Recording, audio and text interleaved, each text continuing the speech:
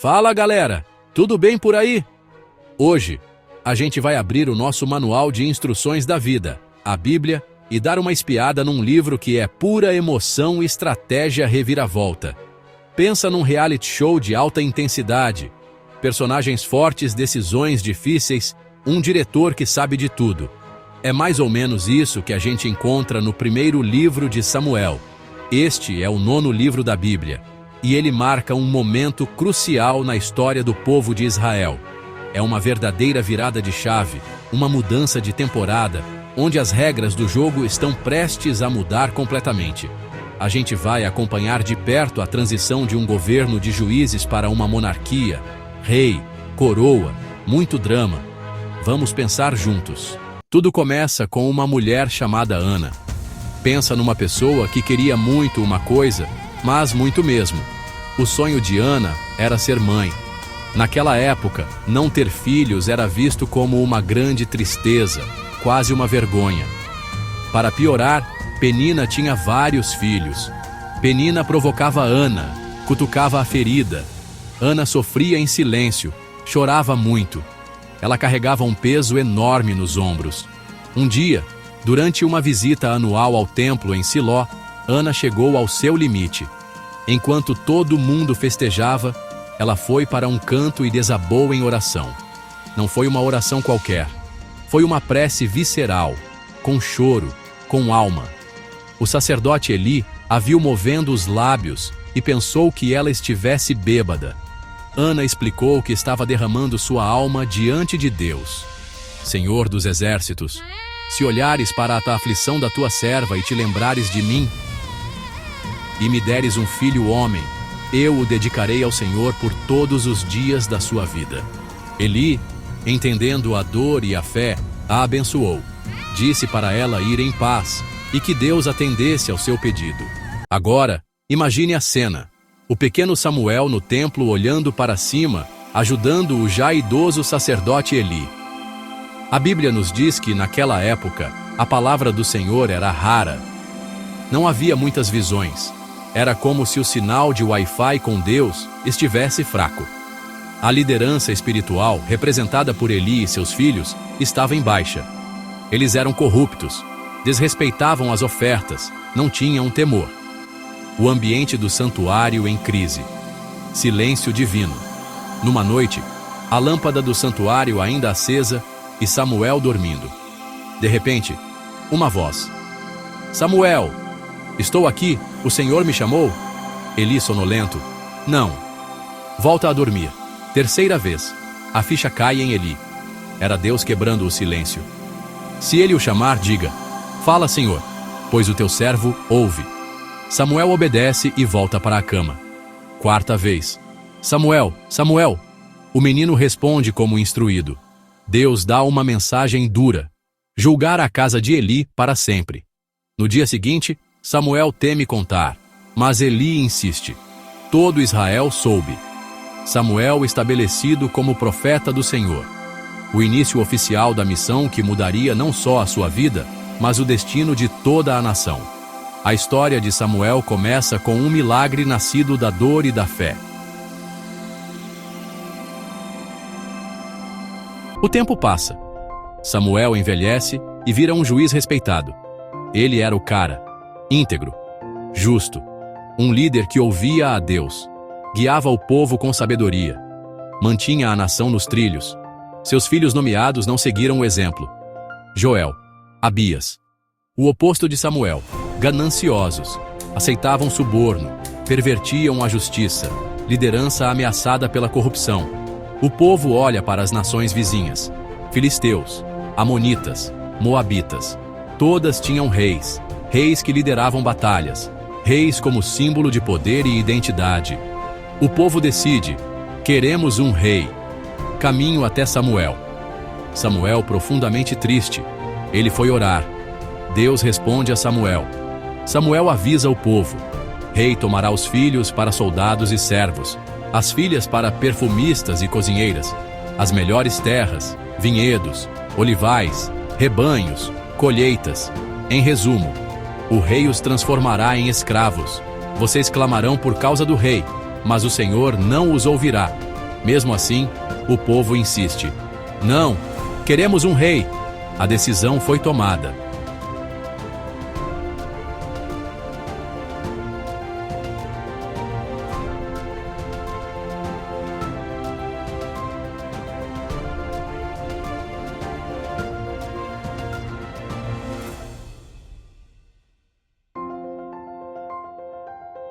O primeiro rei de Israel. Com a decisão do povo tomada e a permissão de Deus concedida, a busca pelo primeiro rei de Israel começou. E a escolha recaiu sobre um homem chamado Saul. A Bíblia o descreve de uma forma que parece roteiro de filme de Hollywood. Ele era filho de Quis, um homem rico e importante da tribo de Benjamim. Saul era tão belo que entre os israelitas não havia ninguém mais belo do que ele. E era mais alto do que todos, dos ombros para cima. Era o tipo de cara que impunha respeito só de entrar na sala. O pai de Saul perdeu algumas jumentas e mandou Saul e um servo para procurá-las. Eles andaram por dias por várias regiões e nada dos animais. Olha, tem um homem de Deus famoso aqui perto, um vidente. Esse vidente era, claro, Samuel. O mais interessante é que Deus já tinha avisado a Samuel no dia anterior que enviaria até ele o futuro rei de Israel. Samuel o recebeu com honras, deu a ele o lugar principal em um banquete e começou a prepará-lo para a grande notícia.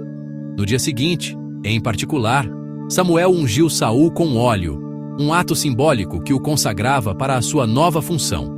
Samuel deu a ele alguns sinais que aconteceriam no caminho de volta para casa, para confirmar que tudo aquilo era de Deus. E de fato, tudo aconteceu exatamente como Samuel previu. O Espírito de Deus se apossou de Saul, e ele até profetizou. Mais tarde, Samuel reuniu todo o povo em Mispá para apresentar oficialmente o novo rei. Eles fizeram um sorteio entre as tribos e famílias, e a sorte caiu sobre Saul. Mas cadê o rei? Saul, o homem alto e forte, estava escondido no meio da bagagem. Eles o encontraram, o colocaram no meio do povo. Samuel declarou: Vejam o homem que o Senhor escolheu. E o povo gritou: Viva o rei! A era da monarquia em Israel havia começado. No início, o reinado de Saul parecia promissor. Ele conseguiu uma vitória importante contra os amonitas, unificando o povo, consolidando sua liderança. Ele parecia ser o rei que todos esperavam. No entanto, não demorou muito, as primeiras rachaduras começaram a aparecer. O poder pode revelar o melhor e também expor o pior. O primeiro grande erro de Saul aconteceu antes de uma batalha contra os filisteus. Ele estava com seu exército, o povo começou a desertar, com medo. Samuel havia instruído Saul a esperá-lo por 7 dias em Gilgal, pois Samuel viria oferecer os sacrifícios a Deus antes da batalha. O 7º dia chegou. Samuel se atrasou. Saul viu seu exército diminuir. Impaciente e com medo, ele tomou uma decisão precipitada, ofereceu o sacrifício. Mal havia terminado, Samuel chegou e o confrontou. O que você fez? Saul tentou se justificar, culpando a demora de Samuel e o medo do povo. Samuel: Você agiu como um tolo. Desobedeceu ao mandamento do Senhor. Por isso, o seu reino não subsistirá. A impaciência e a desobediência custaram caro. O segundo erro foi ainda mais grave e selou seu destino. Deus, através de Samuel, deu uma ordem específica a Saul: destruir os amalequitas. Saul foi à batalha e venceu, mas desobedeceu. Pouparam Agag, o rei dos amalequitas, o melhor do gado e das ovelhas. Samuel: Então, que balido de ovelhas é esse que ouço nos meus ouvidos? Saul culpou o povo. Acaso tem o Senhor tanto prazer em holocaustos e sacrifícios, quanto em que se obedeça à sua palavra? A obediência é melhor que o sacrifício. Por causa dessa desobediência, Deus rejeitou Saul como rei de Israel.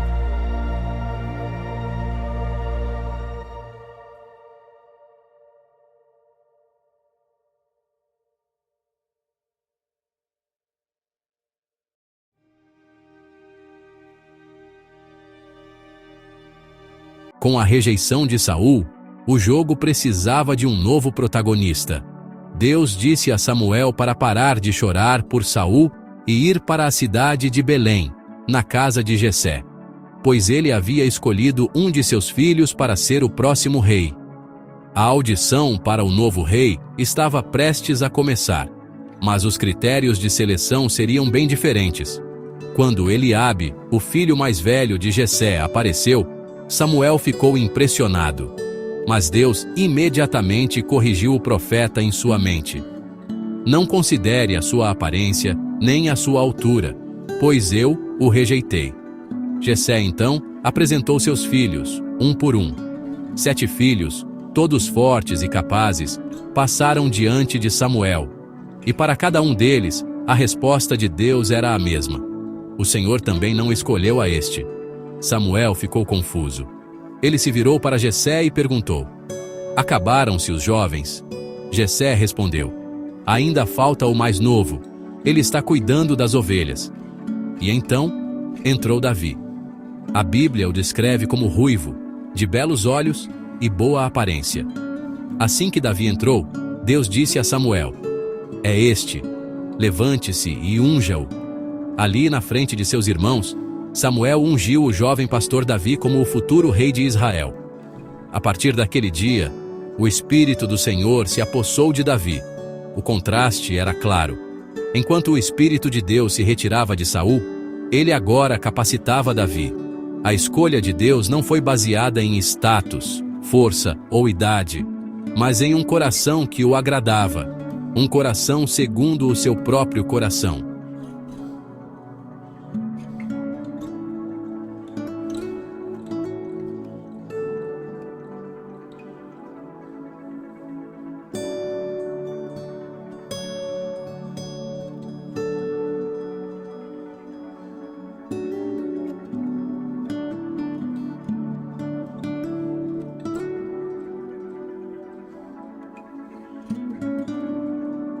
A história de Davi e Golias é, sem dúvida, o evento principal do primeiro livro de Samuel. O exército de Israel e o exército dos filisteus estão acampados em lados opostos de um vale, prontos para a batalha. Mas ninguém se mexe. Por quê? Porque os filisteus tinham uma arma secreta, um gigante chamado Golias. Ele era imenso, com quase 3 metros de altura, coberto de bronze da cabeça aos pés, carregando uma lança que parecia um rolo de tear. Todos os dias, durante 40 dias, Golias saía e desafiava os israelitas. Escolham um homem e mandem-no lutar comigo. O exército de Israel, incluindo o rei Saul, estava paralisado de medo. Ninguém tinha coragem de enfrentar o gigante. Nesse meio tempo, o jovem Davi, que já havia sido ungido rei secretamente, é enviado por seu pai ao acampamento para levar comida para seus irmãos mais velhos, que eram soldados. Chegando lá, Davi ouve o desafio de Golias e fica indignado. Enquanto todos viam um gigante impossível de vencer, Davi via um filisteu incircunciso desafiando os exércitos do Deus vivo. Davi conta que, enquanto pastoreava as ovelhas de seu pai, já havia matado um leão e um urso para proteger o rebanho. Ele recusa a armadura de Saul, que era pesada e desconfortável para ele, e vai para a batalha com o que ele conhecia, seu cajado, 5 pedras lisas do riacho e sua funda. O resto é história. Um único tiro certeiro na testa, e o gigante caiu. Davi provou que o tamanho do seu Deus é mais importante que o tamanho do seu problema.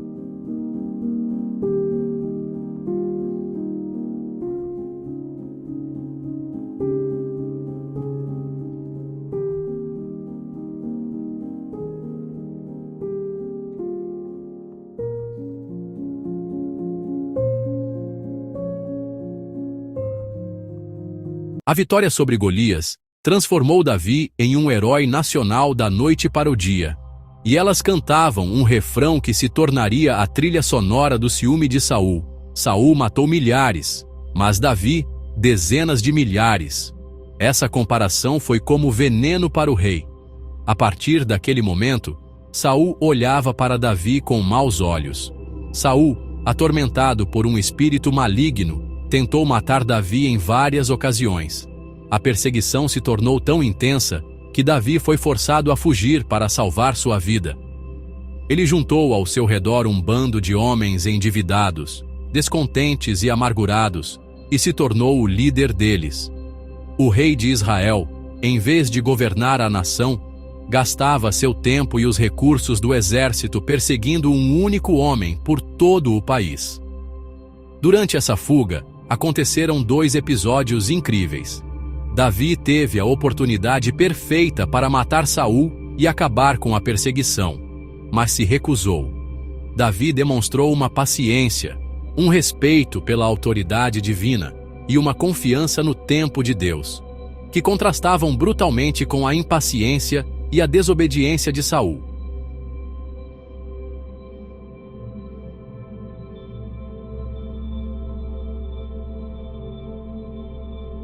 E assim, chegamos ao final da primeira temporada dessa série incrível.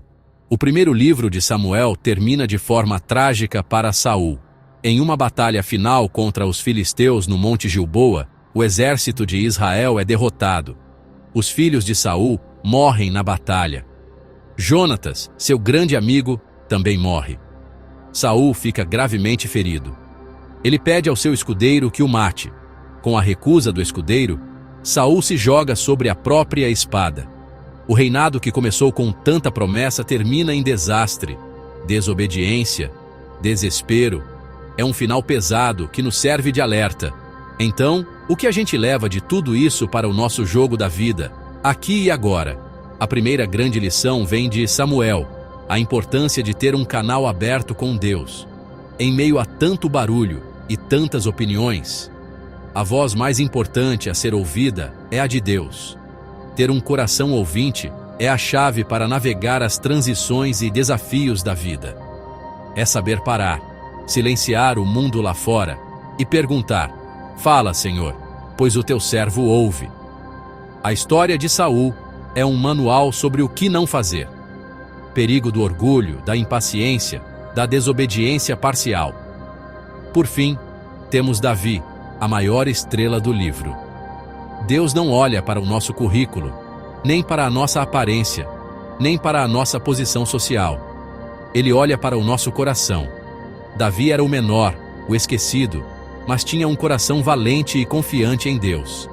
Ele enfrentou gigantes não com sua força, mas com sua fé. Ele suportou a perseguição com paciência, honrando a autoridade mesmo quando era injustiçado. Davi nos mostra que a verdadeira força vem da dependência de Deus. No final das contas, um coração fiel vale mais do que qualquer talento ou aparência. O primeiro livro de Samuel, portanto, é um convite para olharmos para dentro e perguntarmos: como está o nosso coração? É ele que define o resultado do nosso jogo. Obrigado por nos acompanhar nesta jornada pelo primeiro livro de Samuel. Se você gostou deste vídeo, não se esqueça de se inscrever em nosso canal e ativar as notificações para não perder os próximos episódios. Compartilhe este vídeo com sua família e amigos, para que mais pessoas possam ser abençoadas e se aproximar da palavra de Deus. Antes de ir, deixe um comentário abaixo. O que você gostaria de ver a seguir? Há algum livro específico da Bíblia que você gostaria que explorássemos? Você tem interesse em aprender sobre missas, dicas ou orações? Seu feedback e apoio são o que nos ajudam a criar mais conteúdo como este, espalhando ainda mais a palavra de Deus. Lembre-se, não é apenas sobre estudar, é sobre colocar esses ensinamentos em prática. Que você tenha um dia abençoado e nos vemos no próximo vídeo.